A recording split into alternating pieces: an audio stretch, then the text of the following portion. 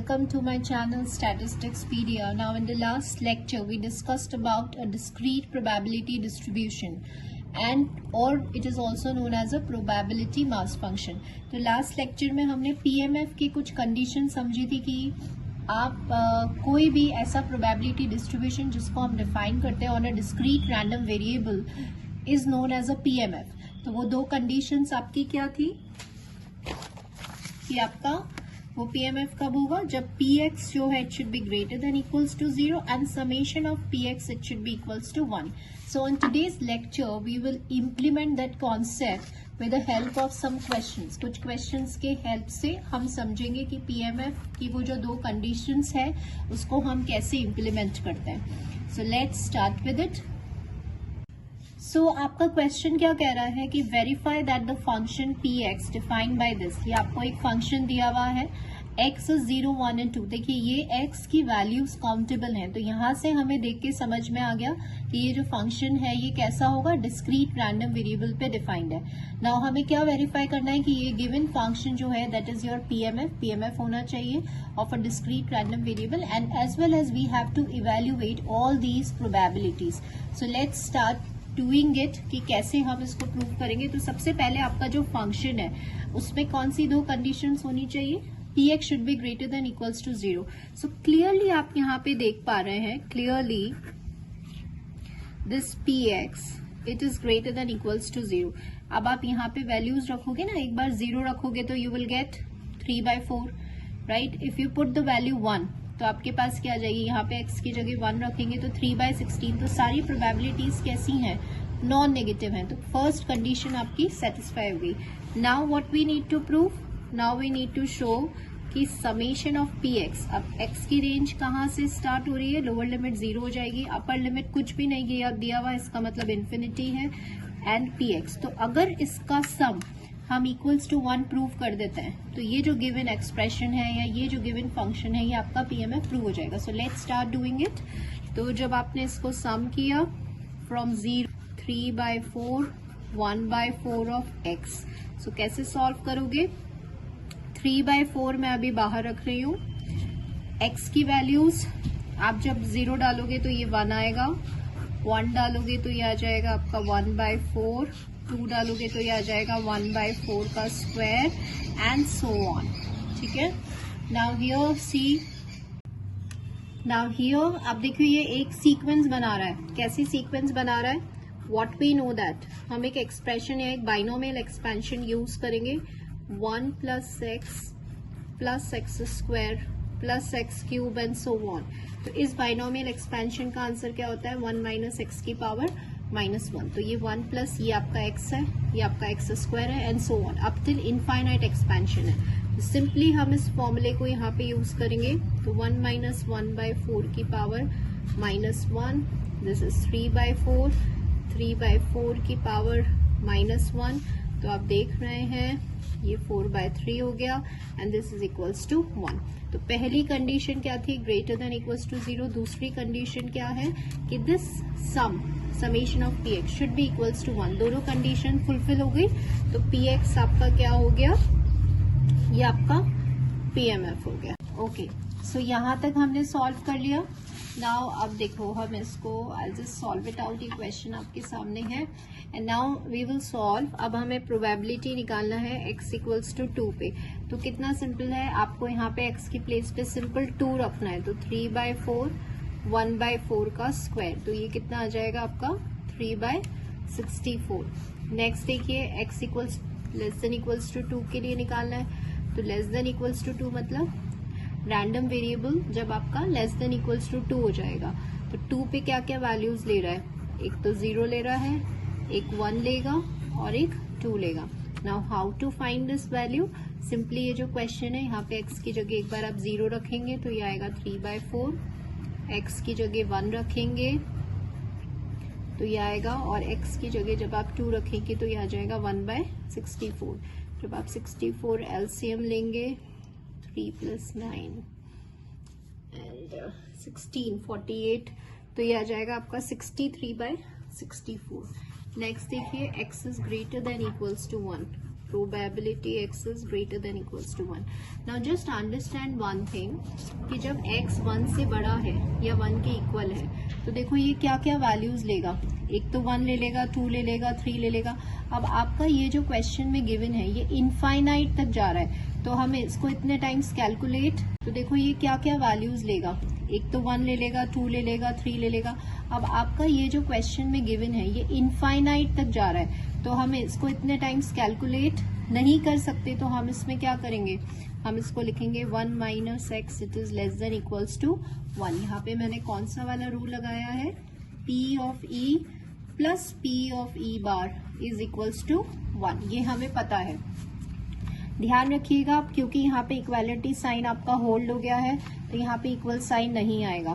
तो जब x less than 1 है तो कौन सी वैल्यू ले लेगा, 0 ले लेगा. नाउ सिंपली आपके क्वेश्चन में आप 0 पुट करिए तो ये आ जाएगा 1 माइनस 3/4. तो आपका आंसर क्या आ जाएगा, 1/4. तो पीएमएफ के क्वेश्चन में हमने क्या इम्प्लीमेंट करना सीखा कि कैसे वेरीफाई करते हैं and how to evaluate the probability. So now we will move on to the second question.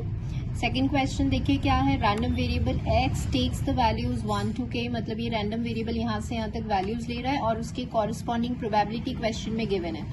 अब क्वेश्चन में क्या गिवन है, फाइंड द कांस्टेंट c. ये जो कांस्टेंट c है ये हमें इवेल्युएट करना है सच दैट आपका fz क्या है, pmf आपको गिवन है. मतलब अब क्वेश्चन में गिवन है कि ये जो fz है ये pmf है. तो अब आपको क्या पता है, व्हाट वी नो दैट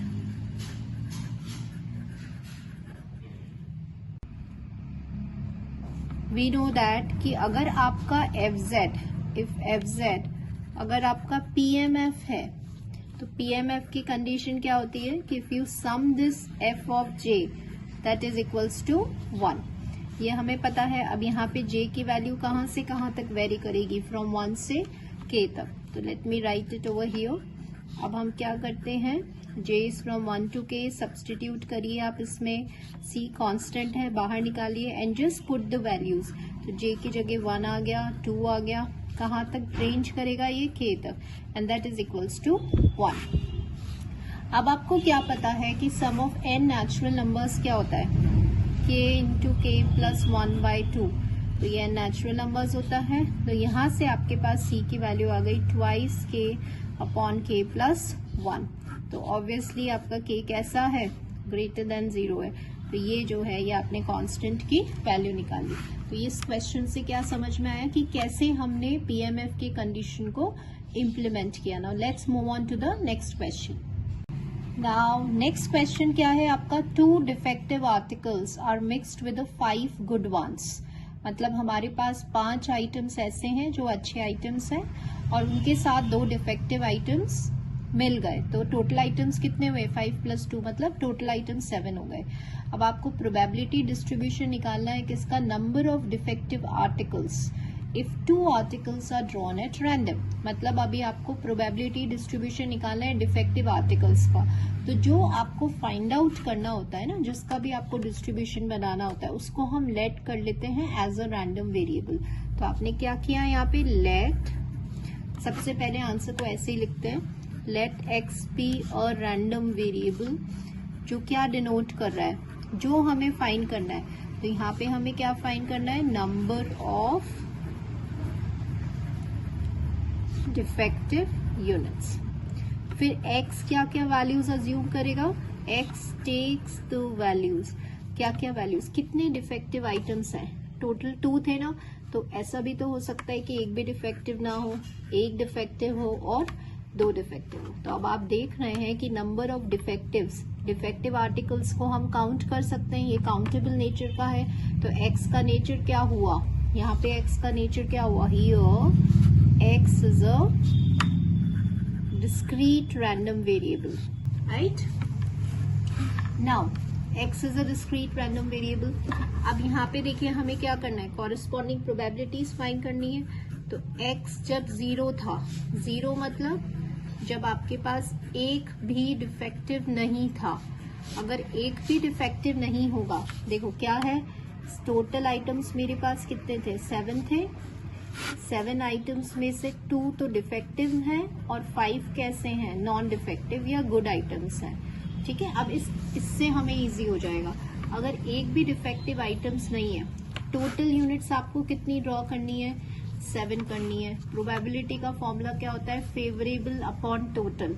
तो टोटल तो कितना हो गया, 7C2, टोटल 7 में से 2 निकालिए। अब फेवरेबल केस मतलब कोई डिफेक्टिव नहीं है, डिफेक्टिव नहीं है तो आप 2 आइटम्स कहाँ से ड्रॉ करोगे, गुड में से, तो क्या हो जाएगा 5C2। Now here in today's lecture I will tell you how to solve this combinations. अब तक आप NCR को कैसे सॉल्व कर रहे थे, कॉम्बिनेशंस को, n factorial, r factorial, n minus r factorial, लेकिन अब हम कैसे सॉल्व करेंगे ये देखिए। जैसे 5C2 है, मैं यहाँ साइड में बता रही हूँ आपको, 5C2 है तो 5 को आप 2 बार लिखिए, 2 है ना नीचे यहाँ पे, तो राइट इट डाउन, 5 into 4, ये 2 बार लिख दिया, अपॉन, अब इस 2 को 2 बार लिखिए, तो कैसे लिखोगे, 2 into 1।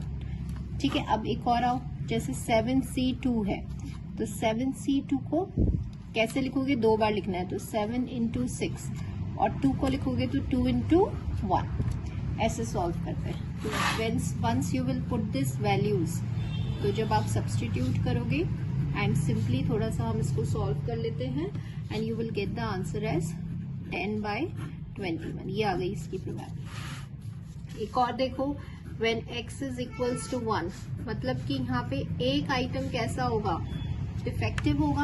अब टोटल आइटम्स कितने निकालने हैं, 2 निकालने हैं, तो अगर एक डिफेक्टिव है तो एक कैसा होगा, गुड होगा, जो नॉन डिफेक्टिव है। तो अब प्रोबेबिलिटी निकालनी है, तो नीचे तो आपका 7C2 आ गया, ऊपर क्या आ गया, अगर एक डिफेक्टिव है तो कितने वेज में ड्रॉ कर सकते हो, 2C वेज में, एंड अगर 1 इज नॉन इफेक्टिव तो ड्रॉ कर सकते हो 2C वेज में, एंड अगर 1 इज नॉन इफेक्टिव तो कितने वेज में ड्रॉ कर सकते हो, 5C1 वेज में। तो ये हो गया 2 into 5। अभी मैंने आपको बताया कैसे इवेल्युएट करना है, 7C2 को कैसे इवेल्युएट करना है। तो यहाँ पे आप लिखोगे 7 into 6 into 2। तो once you will solve this expression, तो ये आपके पास क्या आ जाएगा, 2, 3, 10/21 आ जाएगा ये। ठीक है, ये भी आपका 10/21 आ जाएगा। Now next, probability x equals to 2, तो x इक्वल्स टू 2 मतलब कितने डिफेक्टिव्स आ गए, 2 डिफेक्टिव आ गए। अगर 2 डिफेक्टिव आ गए तो फिर से टोटल तो 7C2 रहा। अब टोटल 2 डिफेक्टिव्स में से दोनों को आपको सेलेक्ट करना है, तो 2C2। नाउ आपको पता है कि n का फॉर्मूला क्या होता है, 1 होता है, तो 1 हो गया। दिस इज 7 into 6, 2 into 1 जो मैंने आपको फॉर्मूला बताया था। इन वंस यू विल सॉल्व, तो ये कैंसिल होके आ जाएगा 1/21। ठीक है, सो नाउ जो प्रोबेबिलिटी फाइनली जब हम आंसर लिखेंगे, प्रोबेबिलिटी डिस्ट्रीब्यूशन x, तो वैल्यूज ऑफ x आपके पास क्या आया, स्मॉल x। ये नोटेशन मैंने आपको प्रीवियस लेक्चर में बहुत अच्छे से क्लियर किया था कि इस नोटेशन का मतलब क्या होता है, 0, 1 and 2। तो 0 पे आपका आंसर आ रहा था 10/21, 10/21, एंड दिस इज 1/21। अब ये देखो PMF हो गया, सारी प्रोबेबिलिटीज नॉन नेगेटिव है और इसका आप सम करोगे तो कितना आएगा, 1 आ जाएगा। So this entire table is a PMF। So students, आज हमने देखा, नाउ बेसिकली आज का जो लेक्चर था it is all for all the students जो BSc, BA, ऑनर्स स्टैटिस्टिक्स में है, जिनके इस तरह से डिस्क्रिप्टिव क्वेश्चंस आते हैं इस फॉर्म में, है ना। तो how to represent your answer. Now in the next upcoming lecture we will discuss about the continuous random variable and its probability distribution. So continuous random variable I have explained you in my previous lectures. Just visit to the channel and see all those videos. अब हम next जो lecture होगा उसमें हम discuss करेंगे कि probability distribution of the continuous random variable. So thank you students.